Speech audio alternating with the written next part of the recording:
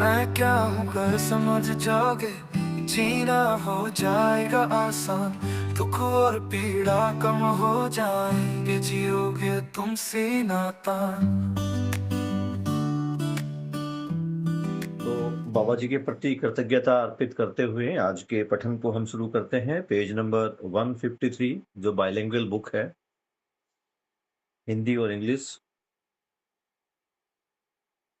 तो अभी तक हमने जो पढ़ा है, पहले एक बार उस सवाल को ले लेते हैं जो बाबा जी से सवाल पूछा गया है।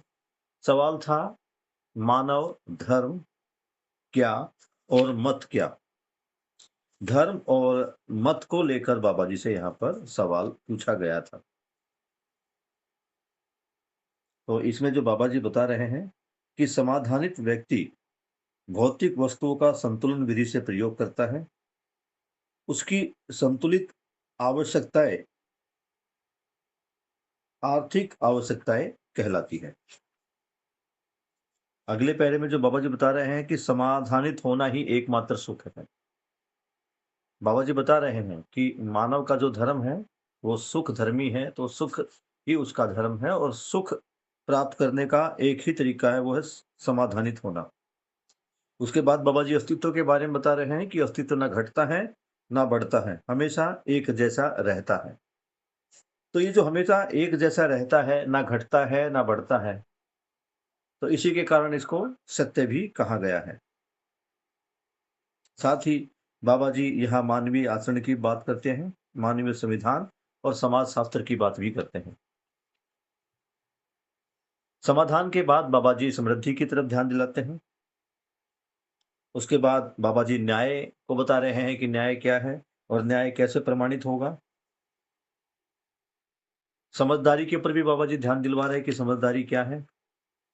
फिर तृप्ति कैसे मिलती है, तो बाबा जी कहते हैं कि जानने और मानने से ही तृप्ति मिलती है।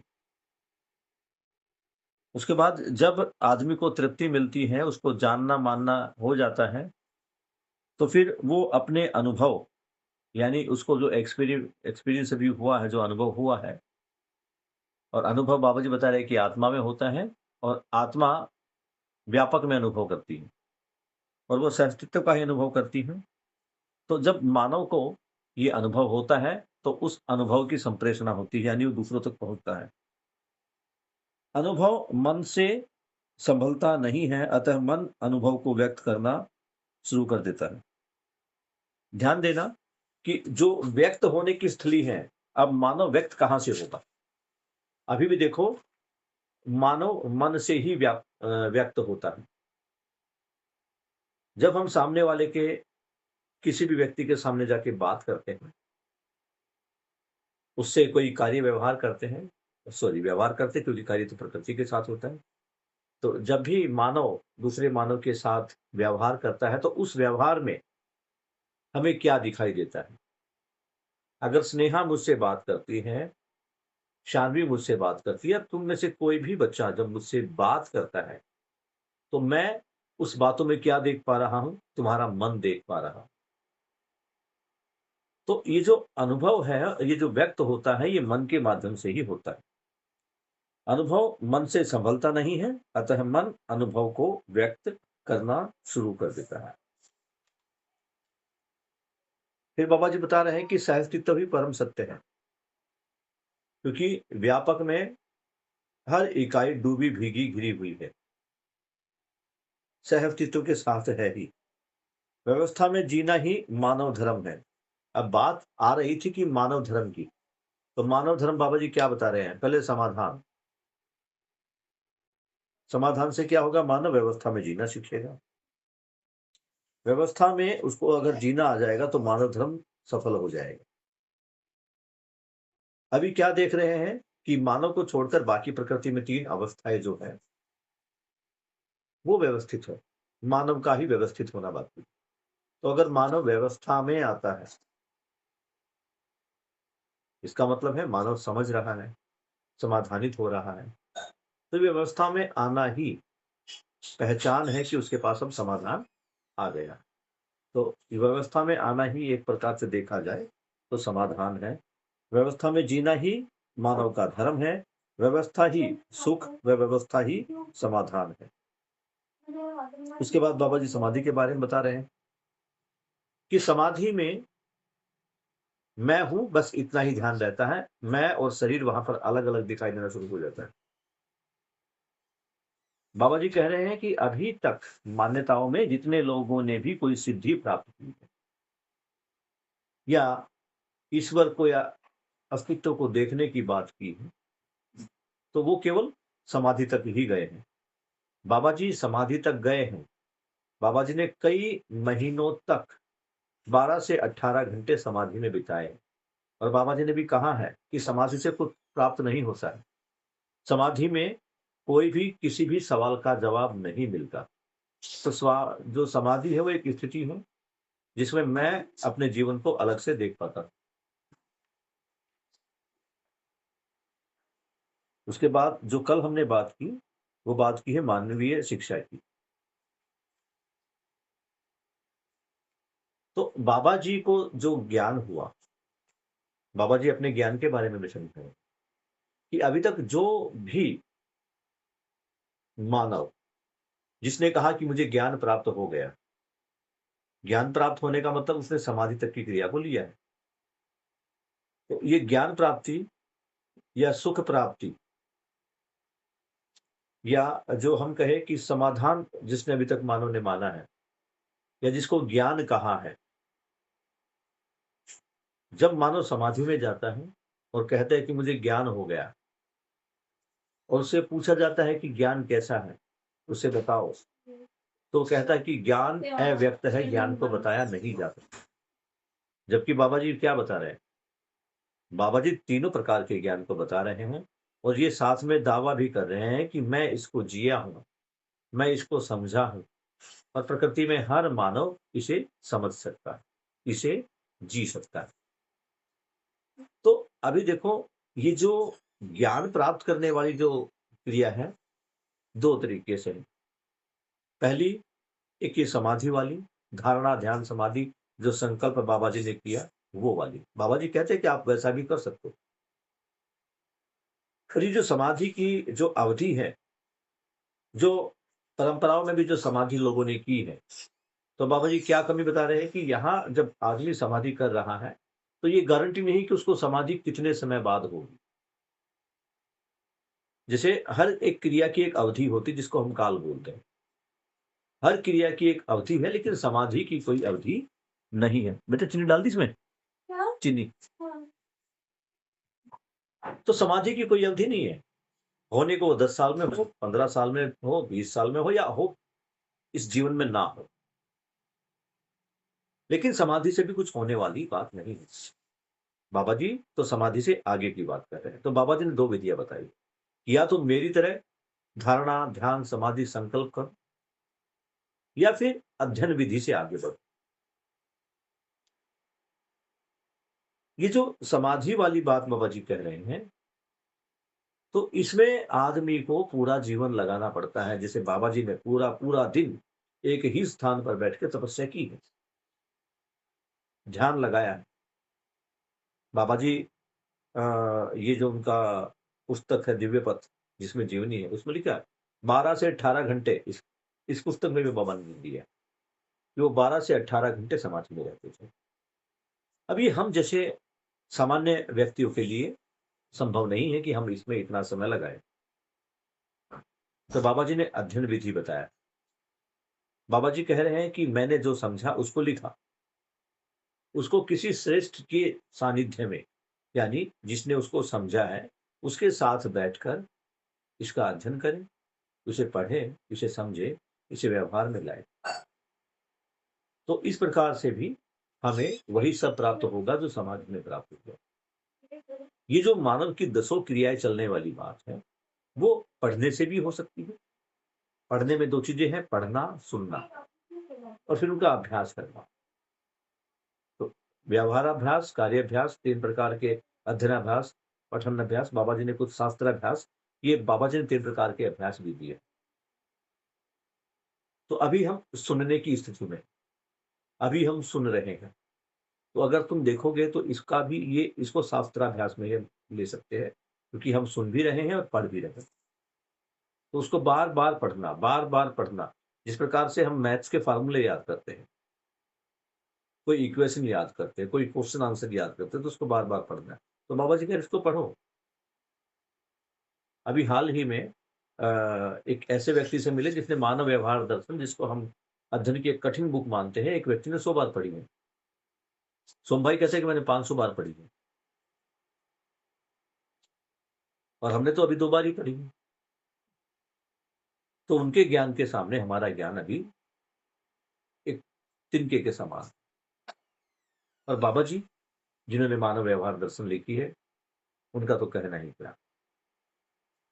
तो बाबा जी कह रहे हैं कि जो सारा काम है, ये अध्ययन की वस्तु है, पढ़ाई की वस्तु है। और अध्ययन की वस्तु है तो अध्ययन एक ही माध्यम से हो सकता है, शिक्षा के माध्यम से। तपस्या तो भई तपस्या की तरह होगी, एकांत में जाके समाधि में जाओ। लेकिन बाबा जी ने जो दूसरा तरीका बताया है अध्ययन वाला, तो ये शिक्षा विधि से ही होगी, ये शिक्षा विधि से ही समाज में जाएगा।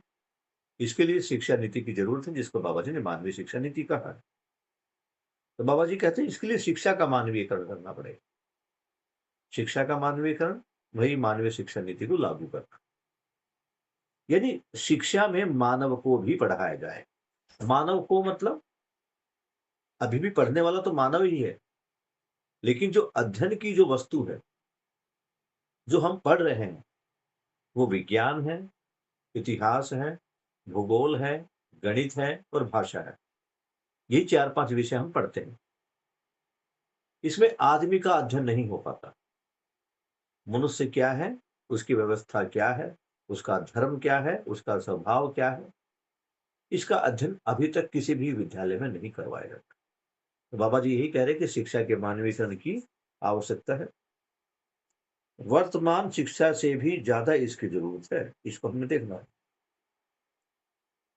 अभी क्या हो रहा है?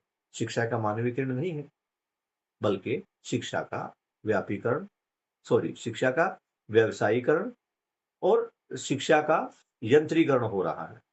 यंत्रीकरण में क्या हो रहा है कि हम विज्ञान पढ़ के नई-नई वस्तुओं का निर्माण, नए-नए यंत्रों का निर्माण कर रहे हैं। या फिर हम शिक्षा के माध्यम से ही अपने व्यापार को, अपने उद्योग धंधों को चमका रहे हैं। या तो हम बिज़नेस स्टडी कर रहे हैं या फिर हम विज्ञान का अध्ययन कर रहे हैं। विज्ञान में भी 2 ब्रांचेज़ हैं, एक बायोलॉजी वाली और एक इंजीनियरिंग वाली। इन दोनों में ही हम नई-नई वस्तु का आविष्कार तो करते ही हैं। बायोलॉजी ये मानव के उपचार से संबंधित है। तो अभी तक इन तीनों में ही मानव का अध्ययन नहीं हो पाया। तो बाबा जी पेज नंबर 153 पर क्या समझा रहे हैं अगले पैरे में कि हमने देखा है कि मनुष्य आवेशात्मक और उत्तेजनात्मक कार्यों को तत्काल कर देता है। जहाँ कहीं भी समाधान, विवेक, प्रयोजनशील कार्य है, उसे 10 बार सोचता है, तब करता है। बचपन में ऐसी प्रवृत्ति नहीं होती। बचपन के बाद जैसे-जैसे प्रौढ़ होता है, वैसे-वैसे अपने में सहयोगवादी प्रवृत्ति पर शंका होने लगती है और प्राथमिकता क्रम में वह प्रवृत्ति नीचे आती जाती है। फलस्वरूप देर हो जाती है और जो समीचीन परिस्थिति थी, वह बदल जाती है।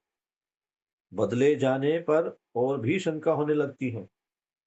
इस प्रकार सही बात हो ही नहीं पाती। इस जगह पर आकर बैठ गया है आदमी।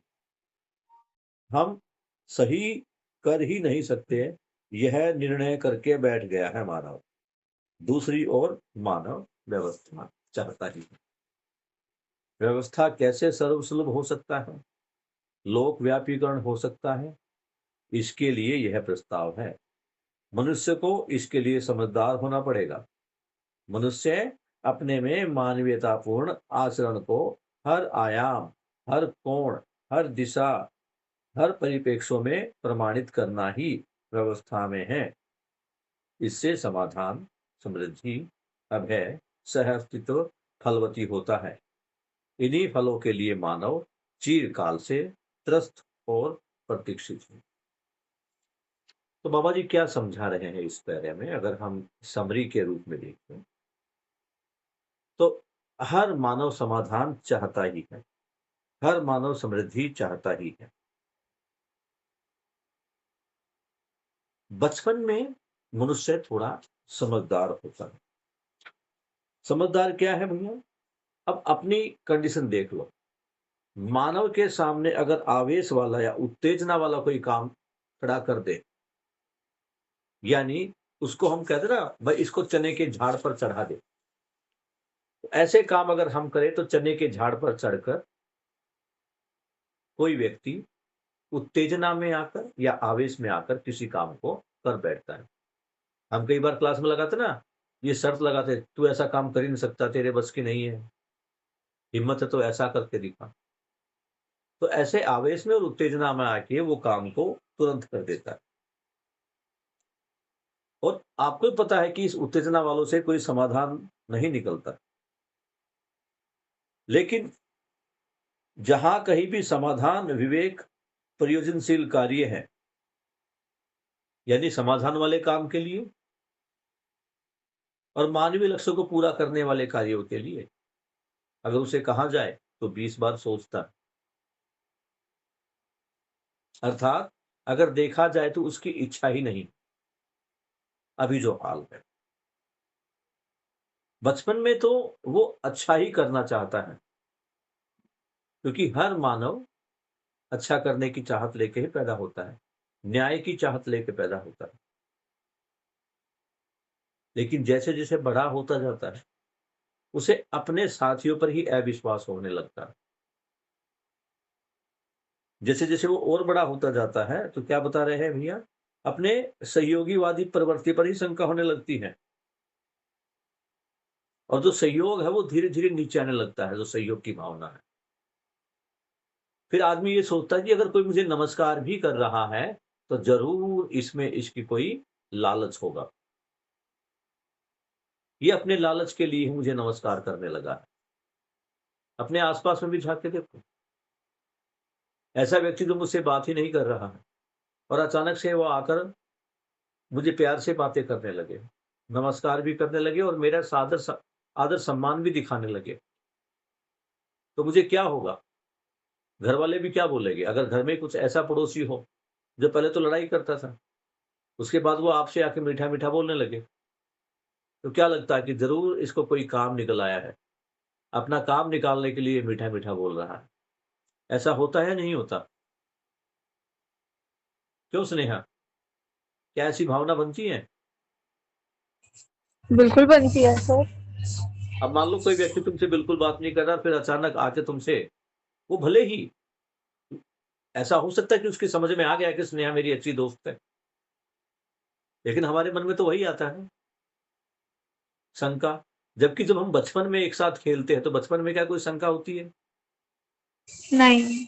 लेकिन जैसे जैसे बाबा जी वही लिख रहे हैं, जैसे जैसे हम प्रौढ़ होते जाते, प्रौढ़ मतलब बड़ा होते जाते हैं, तो ये जो सहयोग की भावना है धीरे धीरे समाप्त होने लगती है। बदले जाने पर और भी शंका होती है। जब कोई बदलता है, जिसको हम बदलता हुआ देख रहे हैं, मैं खुद बदल रहा हूं, अपने आप को नहीं देख पा रहा हूं, लेकिन दूसरे को बदलते हुए देख रहा हूं। दूसरे को बदलते हुए देख रहा हूं तो क्या होता है? उसकी सफलता पर मुझे क्या होता है? ईर्ष्या होती है, नहीं होती है? अगर मेरा कोई साथी, मेरा कोई मित्र, सहयोगी मुझसे आगे बढ़ रहा है, तो मुझे क्या लगता है? उसके ऊपर डाउट होता है, शंका होती है, जलन होती है, नहीं होती है?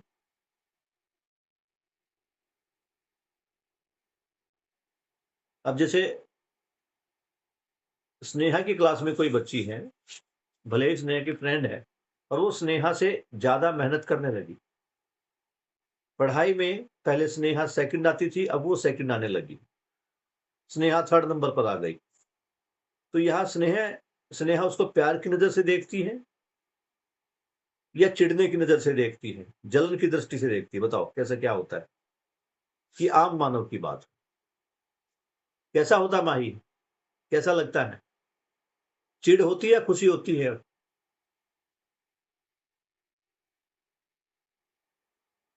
माही, आवाज आ रही बेटा? माही को नहीं आ रही तो शानवी बता सकती है, अंजलि बता सकती है।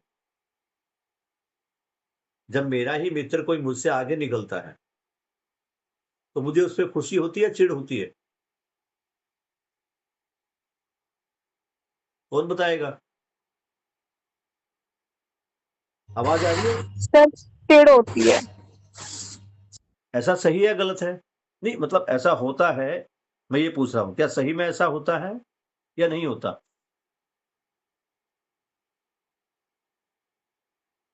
होता है सर। ठीक है। और जब मैं आगे बढ़ता हूं तो फिर मैं क्या सोचता हूं? कि वो जलने लगा है, वो चिढ़ने लगा है। क्यों? क्योंकि जैसे मेरे भाव थे, मुझे उसके भाव भी वैसे नजर आने लगते हैं, भले ही उसे चिढ़ होती हो या ना हो। लेकिन मैं एक धारणा बना लेता हूं कि मैं आगे बढ़ रहा हूं, तो मुझे आगे बढ़ता हुआ देखकर सब जल रहे हैं। तो इस भावना से हम एक दूसरे से दूर जा रहे हैं या पास आ रहे हैं?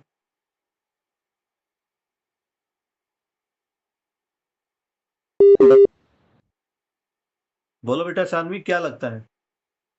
दूर जा रहे हैं सर। दूर जा रहे हैं। तो बाबा जी यही समझा रहे हैं कि मानव मानव को शंका की दृष्टि से देख रहा है। क्यों देखता है?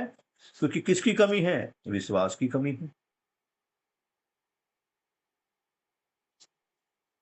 जबकि हर मानव व्यवस्था चाहता है, चाहता व्यवस्था है, और क्रिएट क्या कर रहा है? अव्यवस्था।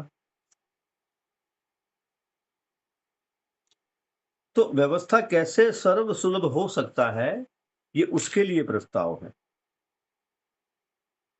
इसके लिए, व्यवस्था के लिए मानव को समाधानित होना पड़ेगा, समझदार होना पड़ेगा। और हर आयाम में जहां जहां मानव जीता है, यानी स्वयं में, परिवार में, समाज में, राष्ट्र में और अंतरराष्ट्र में, यहां उसे मानवीयतापूर्ण आचरण के साथ ही आगे बढ़ना पड़ेगा। तभी समाज में, यानी कि तभी उसको समाधान, समृद्धि, अभय और अस्तित्व प्राप्त होगा। अब बाबा जी आगे बता रहे हैं अगले पैरे में कि निष्ठा कहां दिखाए, हमारी निष्ठा कहां पर होनी चाहिए और कहां है। अभी मानव ने अपनी आवश्यकताओं को उपयोगी माना है, दूसरे की आवश्यकताओं को उपयोगी नहीं माना। तभी तो एक आदमी दूसरे आदमी का, एक परिवार दूसरे परिवार का, एक समुदाय दूसरे समुदाय का, एक देश दूसरे देश का शोषण करता ही है। अब ये बात क्लियर होके निकल रही है कि हम लोगों के बीच में नफरत क्यों है। और ये नफरत मानव मानव के बीच में, परिवार परिवार के बीच में, समाज समाज के बीच में, एक धर्म और दूसरे धर्म के बीच में, एक जाति और एक दूसरी जाति के बीच में, एक देश और दूसरे देश के बीच में, ये नफरत क्यों है? तो इसका बाबा जी ने पहली ही लाइन में जवाब दे दिया है कि अभी मानव अपनी आवश्यकताओं को तो जरूरी मानता है, दूसरे की आवश्यकताओं को जरूरी नहीं मानता है। यानी मनुष्य वर्तमान समय में इतना व्यक्तिवादी हो चुका है कि वो केवल अपने और अपने बारे में ही सोच रहा है, दूसरे की उसको चिंता नहीं है। और ये एक व्यक्ति का हाल हो तो चलो ठीक है, लेकिन ये तो हर व्यक्ति का हाल है। अभी बाबा जी जो बात कर रहे हैं वो सर्व मानव की कर रहे हैं। हर व्यक्ति का यही है कि बस मेरा पूरा हो जाए, किसी तरह मेरा पेट भर जाए, बाकी जाए भाड़ में। अब परिवार भी यही समझता है कि बस मेरे मेरे परिवार का भला हो, भाड़ में जाए पड़ोसियों के परिवार। और यही कारण है कि जब दूसरे के परिवार में हल्की सी तरक्की होती है, कोई नया मकान बनाता है, कोई गाड़ी बनाता है, तो हम जलते हैं, हमें ईर्ष्या हो रही, क्योंकि उसको जो खुशियां मिली, वो खुशियां तो सारी मैं अपने परिवार के लिए चाह रहा था, मुझे मिली नहीं, उसको मिल गई। तो अब मुझ पे क्या होता है? मुझे ईर्ष्या होती है। और ये ईर्ष्या ही हर प्रकार के दुख, समस्या और युद्ध का कारण है।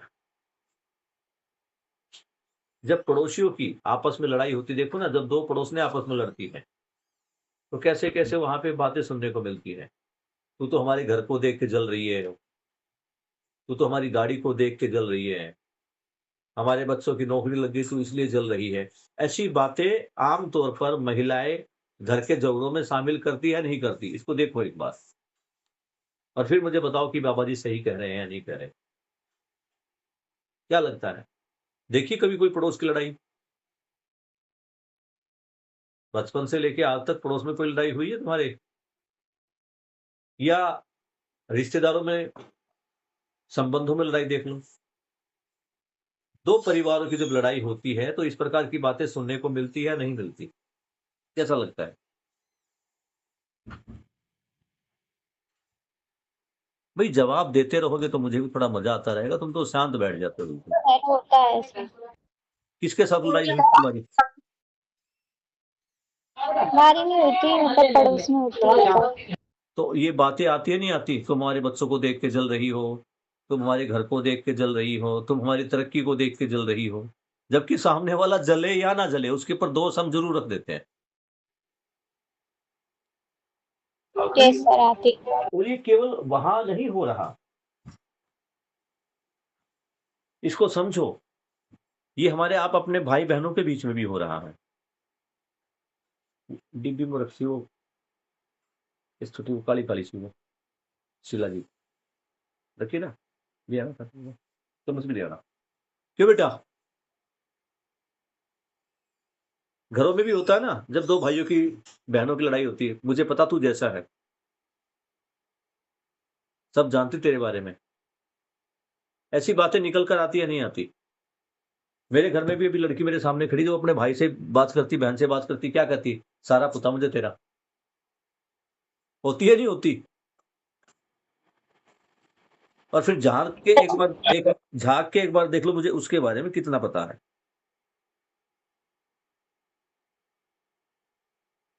और सच्चाई तो यह है कि मुझे अपने बारे में ही नहीं पता। मैं उसको तो बोल रहा हूं कि तेरे बारे में सारा पता मुझे, तू कैसी मैं जानता हूं, लेकिन मुझे क्या अपने बारे में ही पता है? मैं क्या हूं? मैं मानव हूं, इतना पता मुझे।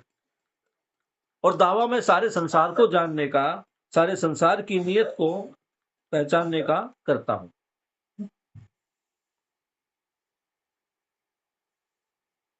तो यही कारण है कि व्यक्ति केवल और केवल अपने बारे में, अपने परिवार के बारे में, अपने धर्म के बारे में, समाज के बारे में, देश के बारे में सोचता है। इसीलिए जगह जगह द्वेष, जगह जगह पीड़ा, जगह जगह शत्रुता, युद्ध, ये ऐसा चल रहा है। और एक देश दूसरे देश का शोषण करता है, एक परिवार दूसरे परिवार का शोषण करता है, एक व्यक्ति दूसरे व्यक्ति का शोषण कर रहा है। अभी हो क्या रहा है? दो परिवारों में अगर दो अलग अलग वस्तुओं का उत्पादन हो रहा है, तो होना तो ये चाहिए कि हम आपस में बिना किसी लाभ प्रवृत्ति के साथ दे दे। लेकिन क्या करते हैं? क्यों?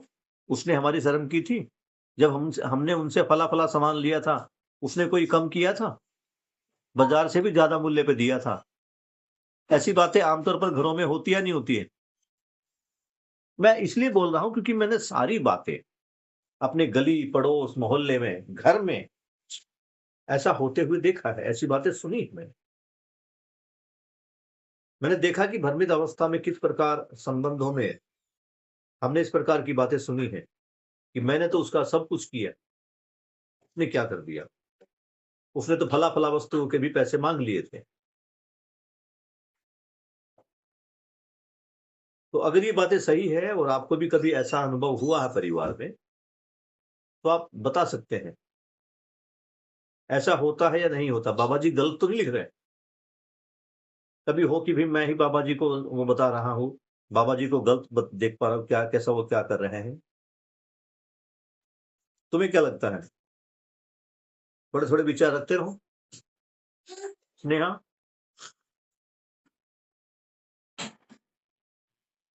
जब बहनों में भी लड़ाई होती है तो हम ऐसे उल्हाने देते हैं नहीं देते?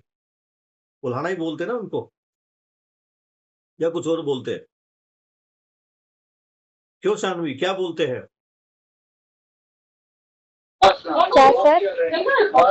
जब मैं अपनी बहन को या भाई को या परिवार में देखता हूं, मेरे मम्मी पापा संबंधों में ऐसी बात करते हैं कि हमने तो उनके लिए बहुत कुछ किया और उन्होंने हमसे तो इस वस्तु के भी पैसे मांग लिए थे, हमने तो उनको सब कुछ दे दिया, उन्होंने हमसे इस चीज के भी पैसे मांग लिए। ऐसी बातें सुनने को मिलती है नहीं मिलती? हाँ सर, होता है। होता है। टीवी चल रहा है क्या स्नेहा सानवी आसपास में? सर मम्मी पापा देख रहे थे। हाँ। स्नेहा अकेली बैठी है, वंश भी साथ में है? सर वंशु अभी आया नहीं है, मेरे साथ कुक्कू बैठी है, सबसे छोटी वाली है ना, वो बैठी हुई है। ओके। और लक्ष्मी क्या कर रही है? लक्ष्मी सर ऊपर है, मम्मी का कुछ काम करा रही है। ठीक है। तो इन गवाहियों के आधार पर, कौन सी गवाही? जो हमने अभी सबने बताया, यस ऐसा ऐसा होता है।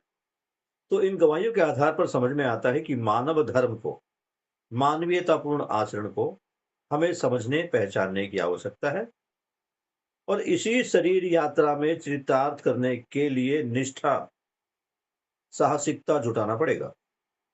बाबा जी क्या कह रहे? इसी शरीर यात्रा में, यानी इसी जन्म में हमें समझना पड़ेगा संबंधों को, और सही क्या है उनको समझना पड़ेगा, और समझ के फिर सही के लिए प्रयास भी करना पड़ेगा। इससे क्या होगा? मानव धर्म क्या है ये समझ में आएगा, मानवतापूर्ण आचरण क्या है ये समझ में आएगा, और ये समझ में आ गया तो ये हमारे व्यवहार में आएगा। पूरी निष्ठा के साथ हमें इसी कार्य में लग जाना है। इसे संकल्प कहते हैं, जो प्रमाणित करने या प्रमाणित होने के लिए निष्ठा जोड़ लेता है। अभी बात आई थी कि संकल्प, तो संकल्प क्या है? संकल्प ये है कि अभी मैं डिसाइड कर लूं कि इसी शरीर यात्रा में मुझे मानव धर्म को प्रमाणित करना है, मुझे मानवतापूर्ण आचरण को प्रमाणित करना है, यानी समझ के उसको जीना है इसी जन्म में। व्यवस्था में जीने की निष्ठा प्रमाणित को अभिव्यक्त संप्रेषित करने के लिए निष्ठा है। व्यवस्था में जीने की निष्ठा प्रामाणिकता को अभिव्यक्त संप्रेषित करने के लिए ही निष्ठा है, यानी मैं व्यवस्था में जीऊंगा, मैं व्यवस्था में रहूंगा, ऐसी निष्ठा, ऐसी जो निष्ठा है प्रामाणिकता को अभिव्यक्त संप्रेषित करने के लिए निष्ठा, यानी मैं अपने प्रमाण में उसको लेकर आऊंगा। तो पहले मुझे क्या करना है? संकल्प करना है, निष्ठावान होना है। निष्ठावान होने से ही वो मेरे आचरण में आएगी। तीसरे जगह में निरंतर न्याय प्रदायी क्षमता को नियोजित करते रहेंगे, न्यायपूर्वक जीते रहेंगे, न्याय के लिए जिएंगे, इसकी निष्ठा है। तो यहां बाबा जी निष्ठा जोड़ रहे हैं। क्या जोड़ रहे हैं? पहली निष्ठा क्या? पहला मेरा संकल्प क्या कि इसी जन्म में समझना है, मानव धर्म को इसी जीवन में समझकर प्रमाणित करना है। दूसरा क्या है? व्यवस्था में जीना है, दूसरा संकल्प।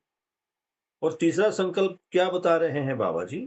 कि न्याय पूर्वक जीना है, न्याय से जीना है। इस ढंग से न्याय धर्म सत्य के लिए निष्ठा होगी। न्याय धर्म सत्य, तो न्याय के साथ जीना है, न्याय को प्रमाणित करना है, और मानव जो धर्म है उसको प्रमाणित करना है। तीन निष्ठाएं हो गई। तो तीनों निष्ठाएं किसके लिए हो गई? पहली निष्ठा थी व्यवस्था में जीने की। इसमें क्या हो रहा है? दूसरा है हाँ हाँ हाँ हाँ हाँ, तो पहली है, सॉरी मैं इसमें थोड़ा सा लाइन कहीं खो गई है वो। तो पहला क्या है? मानवीयतापूर्ण आचरण को समझना, मानव धर्म को समझना। तो यहां धर्म समझ में आ रहा है, उसको प्रमाणित करना।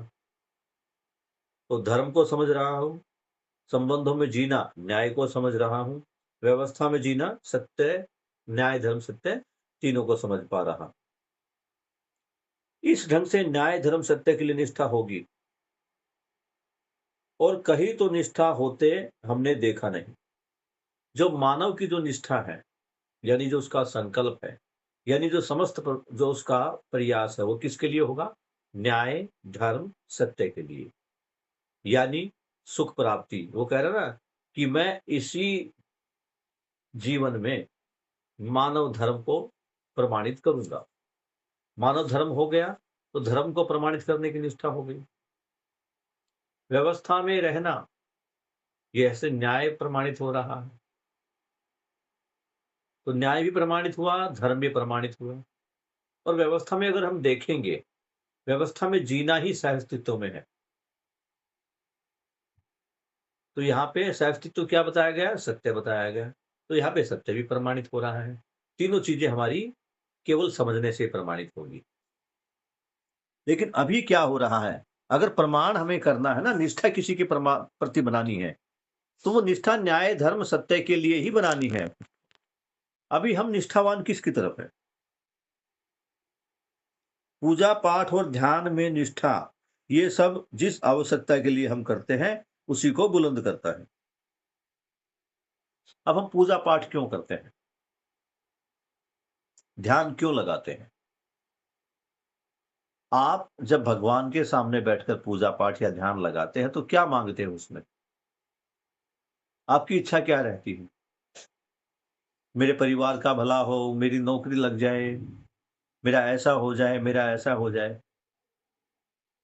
तो इसमें आप अपने लिए मांग रहे हो या समस्त मनुष्य जाति के लिए मांग रहे हैं, उसको देखना। उसी को वह वह बना देता है, यानी जो इसमें जो हमारी इच्छा होती है, हमारा पूरा दिमाग उसी इच्छा पर लगने लगता है, उस इच्छा को पूरा करने के। इसके बाद है वह तीव्र जिज्ञासा। कहा गया है कि सर्व मोक्ष के लिए भी यही सब किया जाता है। मोक्ष के लिए भी हम क्या करते हैं? यही पूजा पाठ आराधना ही करते हैं।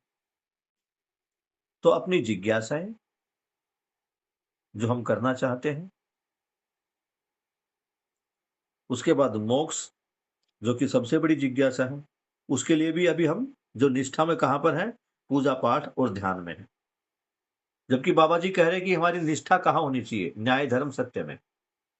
यानी जो समय हम मंदिरों में पूजा पाठ आराधना में लगा रहे हैं, देवी देवताओं से सुख प्राप्ति की जो हम क्या बोलते हैं उसको, देवी देवता से जो हम सुख शांति संतोष मांग रहे हैं, वहां से कुछ होने वाला नहीं है। जो भी कुछ होगा वो समझ के साथ होगा, समझ के साथ मानवीय व्यवहार करने से होगा। न्याय, धर्म को और सत्य को प्रमाणित करने से ही ऐसा होगा। ये पूजा पाठ से या पूजा पाठ ध्यान से कुछ नहीं होने वाला। इसी को अनादिकाल से शुभ कार्य मानते आए हैं। लोक प्रचलन में इसे स्वीकृति दी है, सम्मान दिया है। इससे बहुत से लोगों को राहत भी मिली है। तात्कालीन राहत मिलने मात्र से हम व्यवस्था में जिए, ऐसा हुआ नहीं है। पूजा पाठ, ध्यान आदि चीजों पर मुझे अविश्वास है, ऐसी बात नहीं है, किंतु उनकी एक सीमा है, वहां तक ही प्रभावशाली है। और उसके आगे मोक्ष की जो कामना होती है, अंतिम मंजिल समाधि है, जिसमें न पाने की बात रहती है, न खोने की बात रहती है। तो बाबा जी यही समझा रहे हैं कि पूजा पाठ आराधना से मेरा कोई विरोध नहीं है, लेकिन पूजा पाठ और आराधना से भी आदमी एक निश्चित स्थान तक ही पहुंचता है। उसके आगे क्या करें? पूजा पाठ आराधना में भी एक निश्चित स्थान तक, यानी समाधि तक ही पहुंचता है। उसके बाद क्या? उसके बाद तो समझ ही है।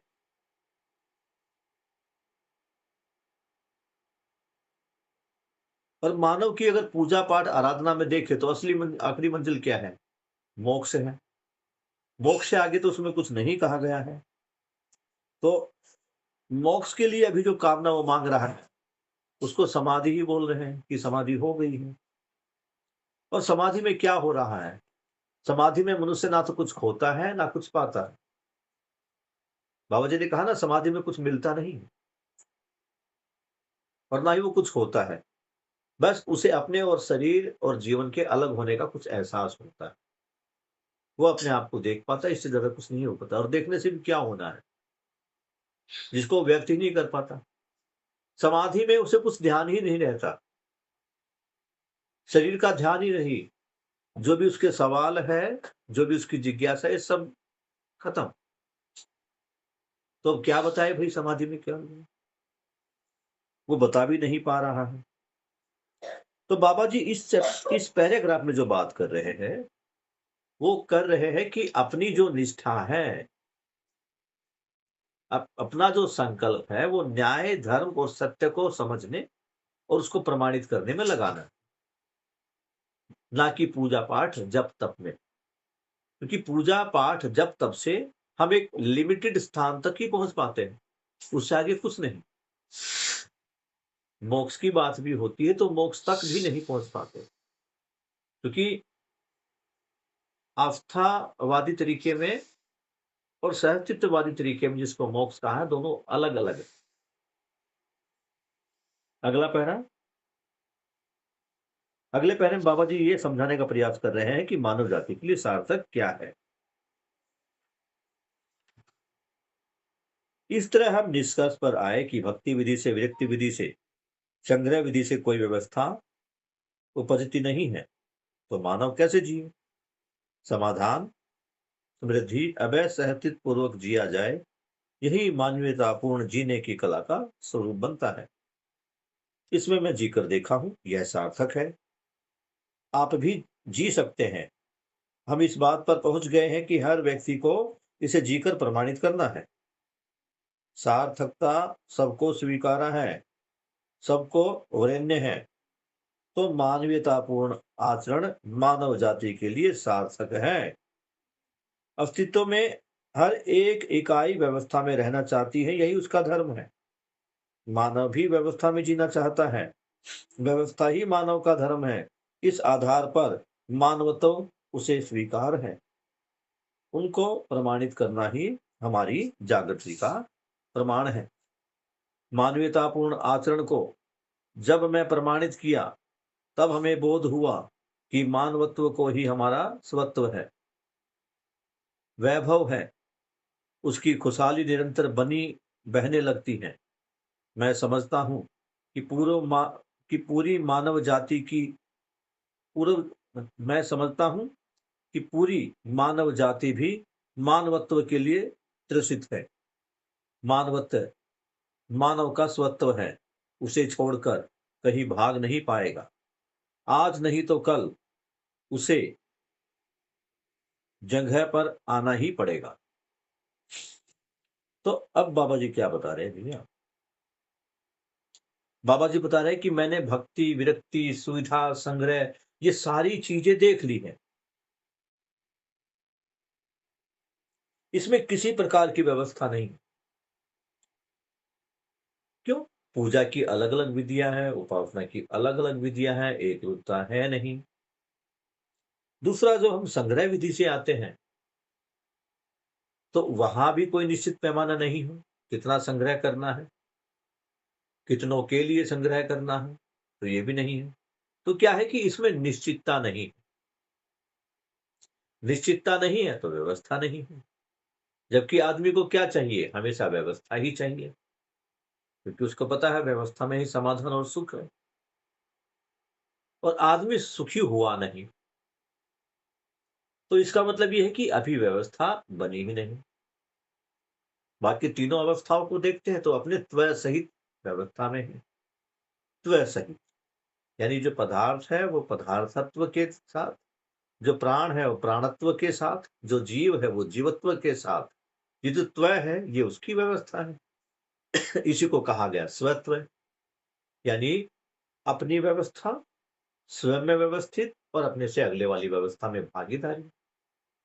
तो अब मैं हूं मानव, तो मानव का स्वत्व क्या होगा? मानव का त्व क्या होगा? तो मानव का त्व है मानवत्व, यानी मानवीयतापूर्ण आचरण। ये मानवीयतापूर्ण आचरण के बाद ही मानव व्यवस्था में हो पाएगा। इसके बारे में बाबा जी बता रहे हैं। तो मनुष्य कैसे जिए? तो समाधान, समृद्धि, अभय और सहअस्तित्व के साथ मानवीयतापूर्ण कार्य व्यवहार के साथ आदमी जिए, इतना ही करना है। समाधान, समृद्धि, अभय और सहअस्तित्व के साथ मानवीयतापूर्ण आचरण के साथ मानव जीता है तो व्यवस्था में बनता है। बाबा जी कह रहे हैं कि ऐसा मैंने जीकर देखा है, क्योंकि बाबा जी जब तक जिए वो समाधान, समृद्धि, अभय और सहअस्तित्व के साथ मानवत्व के साथ जिए, उन्होंने जीकर देखा है। और बाबा जी दावा कर रहे हैं कि तुम भी मानवत्व के साथ जी सकते हो, लेकिन पहले मानवत्व क्या है उसको समझना पड़ेगा।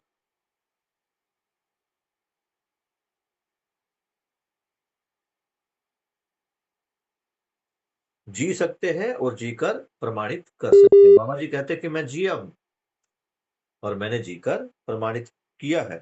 तो मानवीयतापूर्ण आचरण मानव जाति के लिए सार्थक है। जैसे जीवत्व है वो जीवावस्था के लिए सार्थक है, प्राणत्व प्राणावस्था के लिए सार्थक है, ऐसे ही जो मानवत्व है वो संपूर्ण मानव जाति के लिए सार्थक है। इससे सार्थक वस्तु कोई मानव जाति के लिए हो नहीं सकती। तो अस्तित्व में हर एक इकाई व्यवस्था में रहती है या रहना चाहती है। बाकी तीन अवस्थाएं तो हैं, मानव नहीं है, लेकिन मानव भी व्यवस्था चाहता ही है। कल भी हमने बात की थी और इस आज के पठन में भी ये बात तीसरी चौथी बार दोहराई गई है कि मानव क्या चाहता है? व्यवस्था। क्यों? क्योंकि संपूर्ण सुख और समाधान व्यवस्था में ही है और मानव सुख धर्मी है, इसीलिए वो व्यवस्था चाहता ही है।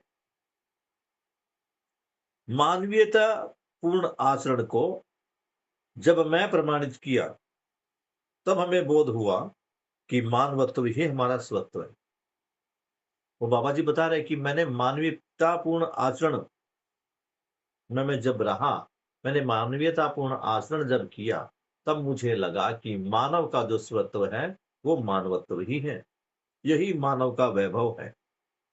और जब मानव मानवत्व के साथ होता है तो उसमें खुशहाली होती है, उसमें सुख होता है, उसमें संगीत होता है।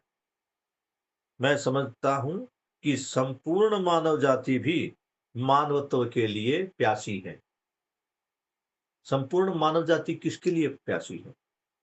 सुख के लिए। सुख कहाँ है? समाधान में, व्यवस्था में। और मानव की व्यवस्था क्या है? मानवत्व। तो हर मानव मानवत्व के लिए प्यासा है। मानवत्व मानव का स्वत्व है, इसे छोड़कर मानव कहीं जा नहीं सकता। त्व यानी व्यवस्था। तो मानवत्व मानव का स्वत्व है, यानी समय की व्यवस्था और आने वाली या अगली व्यवस्था में भागीदारी। स्वत्व का मतलब हम देख लेते, आप लिख लो, ये शब्द नया है। स्वत्व आधा स, व, आधा तय और फिर वह। स्वत्व, इसका अर्थ सभी बच्चे नोट कर लें। स्वत्व का मतलब है स्वयं व्यवस्था में होकर अन्य व्यवस्थाओं में भागीदारी। सर रिपीट करना। स्वत्व स्वयं यानी खुद स्वयं व्यवस्था में रहकर अन्य व्यवस्थाओं में भागीदारी। जिस प्रकार पदार्थावस्था, वो ध्यान ना चारों अवस्थाएं वाले, पदार्थावस्था, प्राणावस्था, जीवावस्था, ज्ञानावस्था। वो पदार्थावस्था स्वयं व्यवस्था में है और अपने से अगले वाली व्यवस्था में भागीदारी दे रहा है। पदार्थ अवस्था में पानी बना, मिनरल्स बने, पोषक तत्व बने, वो पौधे तक पहुंचे, यानी वो खुद व्यवस्थित हुए और अपने से अगली व्यवस्था यानी कि प्राण अवस्था, उसके जन्म के लिए उसकी उत्पत्ति में सहायक हुए। वे सारे पोषक तत्व पानी के आने के बाद पौधे में ट्रांसफर हुए और फिर पौधा भी अपने से पहली वाली व्यवस्था में संतुलन दे रहा है। पौधे की जो पेड़ पत्तियां थी, शाखाएं थी, वो मिट्टी में ही मिल रही है, मिट्टी को और ज्यादा पोषक कर रही है, तो अपने से पिछले वाली व्यवस्था में भी भागीदारी कर रहा है। उपयोगिता पूर्वकता पूर्वक, और अपने से अगली वाली व्यवस्था यानी कि प्राणावस्था से जीवावस्था, जीवावस्था का भी वो पोषण संरक्षण कर रहा। तो इसे कहते खुद व्यवस्था में होते हुए अन्य व्यवस्थाओं के साथ व्यवस्था में रहना। जो अन्य अवस्थाएं हैं उनके साथ व्यवस्था में रहना, तो यही स्वत्व कहलाता है।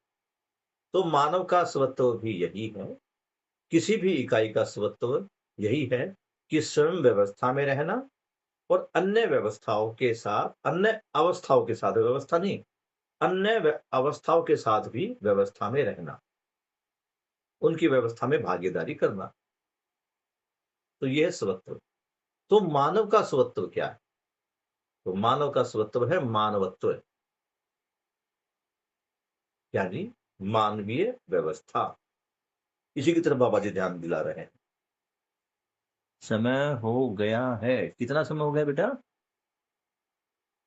9:54। केवल 6 मिनट शेष है। तो कल 157 से हम इसको पढ़ेंगे।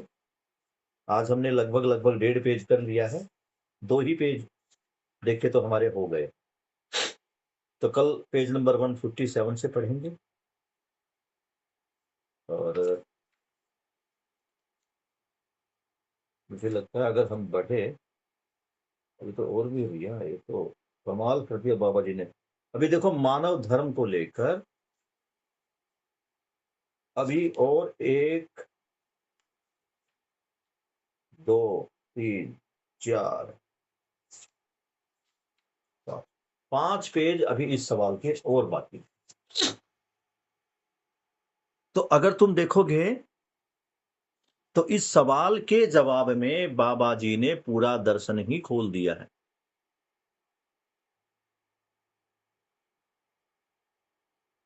चारों अवस्थाओं को खोल दिया है, मानवीयतापूर्ण आचरण को खोल दिया। अगर चाहते तो मानव धर्म क्या, तो एक ही लाइन का जवाब है, मानव सुख धर्मी है, मानव सुख चाहता है, हर मानव सुख चाहता है, इसलिए सुख या सुखी होना यही मानव का धर्म है। 2 लाइन में जवाब हो गया। तो अब मत क्या? मत है विचार। अभी विचार अलग अलग है तो हमारे मत भी अलग अलग हैं।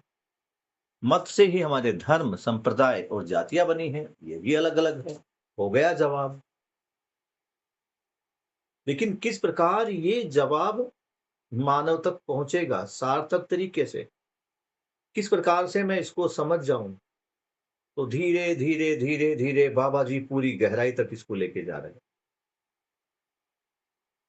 मानव सुखी होना चाहता है। ओके, सुख कहाँ है?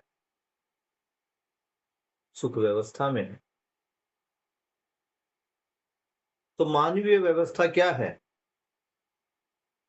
मानवत्व ही मानवीय व्यवस्था है। तो फिर अगर मानवत्व है तो मानवत्व क्या है? मानवत्व है मानव स्वयं व्यवस्था में रहे और अन्य व्यवस्थाओं में भागीदारी करे। इसके लिए क्या करना पड़ेगा? इसके लिए करना पड़ेगा जो हमारी निष्ठा है, जो अभी पूजा पाठ आराधना पर लगी हुई है, इसको न्याय धर्म सत्य पर लगाना पड़ेगा। न्याय धर्म सत्य पर लगाएंगे तो क्या होगा? मानव का मानव के प्रति विश्वास बढ़ेगा। अभी क्या हो रहा है? अभी तो मानव का मानव के प्रति विश्वास है ही नहीं।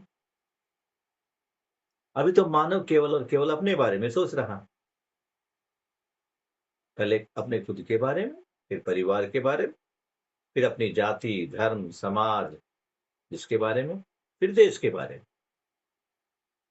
इसी में उलझा हुआ है मानव। इसी में उलझा हुआ तो क्या हो रहा है? हर मानव यही सोच रहा है, हर मानव अपने बारे में ही सोच रहा है। तो हो क्या रहा है? मानव का मानव के साथ झगड़ा हो रहा है। इस झगड़े से क्या होगा? इस झगड़े से तो द्वेष, क्लेश, युद्ध होगा। तो क्या किया जाए? समझ पर काम किया जाए। समझना क्या है? मानव धर्म को ही समझना है, व्यवस्था को समझना है, मानवत्व को समझना है। यही समझ में आ गया, यही तो मानव धर्म है। इसी को तो बाबा जी समझा रहे हैं। क्या है मानव धर्म? मानवत्व। क्या है मानव धर्म? समझ। समझ से क्या है? समाधान है। समाधान से क्या है? सुख। मानवत्व से क्या है?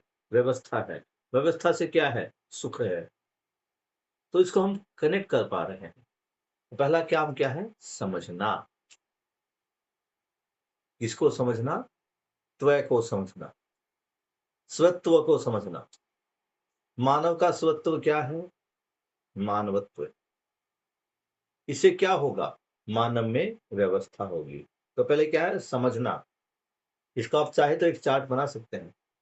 पहले क्या है? समझना। किसको समझना? मानवत्व को, यानी स्वत्व को समझना। किसको समझना? स्वत्व। किसका स्वत्व? मानव का। तो मानव का स्वत्व क्या हो गया? मानवत्व। मानवत्व से क्या होगी? व्यवस्था होगी। व्यवस्था से क्या है? सुख। मानवत्व को समझ गए तो क्या हुआ? समाधानित हो गए। समाधानित होने से क्या है? सुख। तो इस प्रकार कह सकते हैं कि त्वय को समझने से ही, स्वत्व को समझने से ही हम सुख को प्राप्त करते हैं, यानी मानव धर्म सफल होता है। धर्म सफल हो, बाकी सारे धर्म तो सफल है ही। कौन से धर्म का सफल होना बाकी है? मानव धर्म का। तो मानव धर्म क्या है? मानव धर्म है सुखी होना। तो बाबा जी ने श्लोक भी दिया है ना। क्या दिया है? मानव देवता हो, ये पृथ्वी ही धरती स्वर्ग हो जाए। भूमि स्वर्गताम यातु, मनुष्य यातु देवताम। यानी ये भूमि स्वर्ग हो जाए और मनुष्य देवता हो जाए। धर्म सफलताम यातु, नित्य यातु शुभोदया। यानी मानव स्वयं को समझ जाए, व्यवस्था में आ जाए, तो मानव धर्म क्या है ये समझ में आए, और ये जो पूरी धरती पर सुख छा जाए, यही पर स्वर्ग हो जाए। ऐसी कामना बाबा जी ने की है। बाबा जी के इस सवाल के जवाब में वही कामना पूरी होती दिखाई दे रही है। तो आज की चर्चा में अगर आपका कोई सवाल है तो पूछ सकते हैं, और चार्ट एक बनाना चाहे तो अभी लिख सकते हैं। पहले क्या है? समझना। आप नोट कर सकते हैं, बढ़िया रहेगा। जैसे मैंने बताया है आज, पहला समझना। क्या समझना? स्वत्व को समझना। किसका स्वत्व? मानव का। तो मानव का स्वत्व मानवत्व। मानवत्व को समझना, व्यवस्था में आना। व्यवस्था में आना मतलब खुशी। इतना क्लियर हो गया बेटा आज तक का? सर एक बार रिपीट करना। समझना स्वत्व है, और स्वत्व मतलब मानव को समझना, तो मानव स्वत्व। आप तीनों लिख लो। पहला काम समझना, ऊपर लिखो समझना। समझना के नीचे एरो। क्या समझना है? स्वत्व। स्वत्व के नीचे फिर एरो।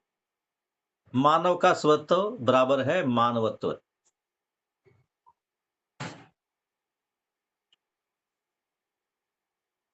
मानव का स्वत्व बराबर मानवत्व। इतना समझ में आ गया। मानवत्व समझ में आ गया तो मानवत्व के नीचे फिर से एरो। मानवत्व नीचे एरो। जब मानवत्व समझ में आ गया तो क्या हुआ? उसके आगे एरो के आगे लिखेगा व्यवस्था की समझ और व्यवस्था में रहना। मानवत्व समझ में आया तो मानवत्व के नीचे लिखो व्यवस्था। व्यवस्था के नीचे फिर एक एरो लगाओ साइड में। यहां मानवत्व समझ में आ गया, मानवत्व से एक एरो इधर लो, यहां लिखो। क्या लिखना था? मानवत्व समझने के आने बाद क्या हुआ? व्यवस्था समझ में आई तो व्यवस्था में आ गई। व्यवस्था समझ में आ गई और व्यवस्था में जीना शुरू कर दिया तो क्या मिलेगा? सुख मिलेगा। ऐसे ही जब मानवत्व समझ में आ गया तो इधर दूसरी तरफ क्या होगा? समाधान होगा। जब व्यवस्था में रहेगी तो क्या होगा? समाधान रहेगा। समाधान होने से क्या होगा? सुख होगा। तो मानवत्व समझ में आ गया यानी व्यवस्था में आ गए यानी सुख में आ गए। क्लियर है?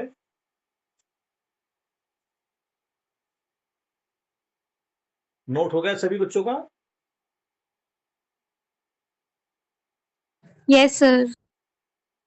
किस किसने लिखा है? हाथ खड़ा करें। गुड। तो आपने जो लिखा उसका फोटो खींच के ग्रुप में शेयर करें।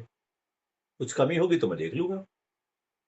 तीनों बच्चे आप जो आपने नोट किया है उसको फोटो खींच के ग्रुप में शेयर कर दो। ठीक है ना? तुमने जो लिखा है अगर उसमें कुछ गलती होगी तो मैं ठीक कर दूंगा। लिखने से ज्यादा समझ में आता है, दिमाग में ज्यादा बैठता है। क्लियर? 4 मिनट एक्स्ट्रा हो गए हैं। हाँ सर मेरा ना व्हाट्सएप का वो फोटो वाला वो खराब हो रहा है, चल नहीं रहा है। मैं पढ़ के बता देती हूँ आपको मैंने क्या लिखा है। बोलो। सर सबसे पहले तो हमें समझना है, और समझना किसको है? मानवत्व को। और उसमें किसको समझना है? स्वत्व को। और नहीं उससे नहीं नहीं, समझना उसके नीचे स्वत्व है, स्वत्व के नीचे मानवत्व। इसको सर हो गया, ठीक ठीक है, कर लिया। ठीक है। फिर मानवत्व के बाद उसके बाद व्यवस्था की समझ। बहुत बढ़िया। उसके बाद जब हमें व्यवस्था की समझ हो जाएगी, उसके बाद हमें खुशी होगी। सुख। सर सुख सुख ठीक कर लेते हैं। ठीक है, गुड। हाँ सर। और दूसरी साइड में जब मानवत्व समझ में आएगा तो समाधानित हो ही जाएंगे, और यस सर, समाधान हो गए समाधान तो सुखी हो गए। समाधान। बहुत यस बढ़िया। सर, अब हो गया। ठीक है। हाँ स्नेहा, कुछ पूछना बेटा? स्नेहा का हाथ खड़ा है अभी। नहीं सर, चलो ठीक वो है, मैं नीचे करना भूल गई थी। कोई बात नहीं। तो बाबा जी के प्रति कृतज्ञता, आप सभी के अभिभावकों के प्रति कृतज्ञता, और सभी बच्चों के प्रति और सभी श्रेष्ठ भाई बहनों के प्रति कृतज्ञता अर्पित करते हुए आज के इस पठन को हम यहीं पे समाप्त करते हैं। कल फिर मिलते हैं 9 बजे। तब तक के लिए गुड नाइट। आप अपनी परीक्षा की तैयारी भी करते रहें। सबको शुभकामनाएं। Good night.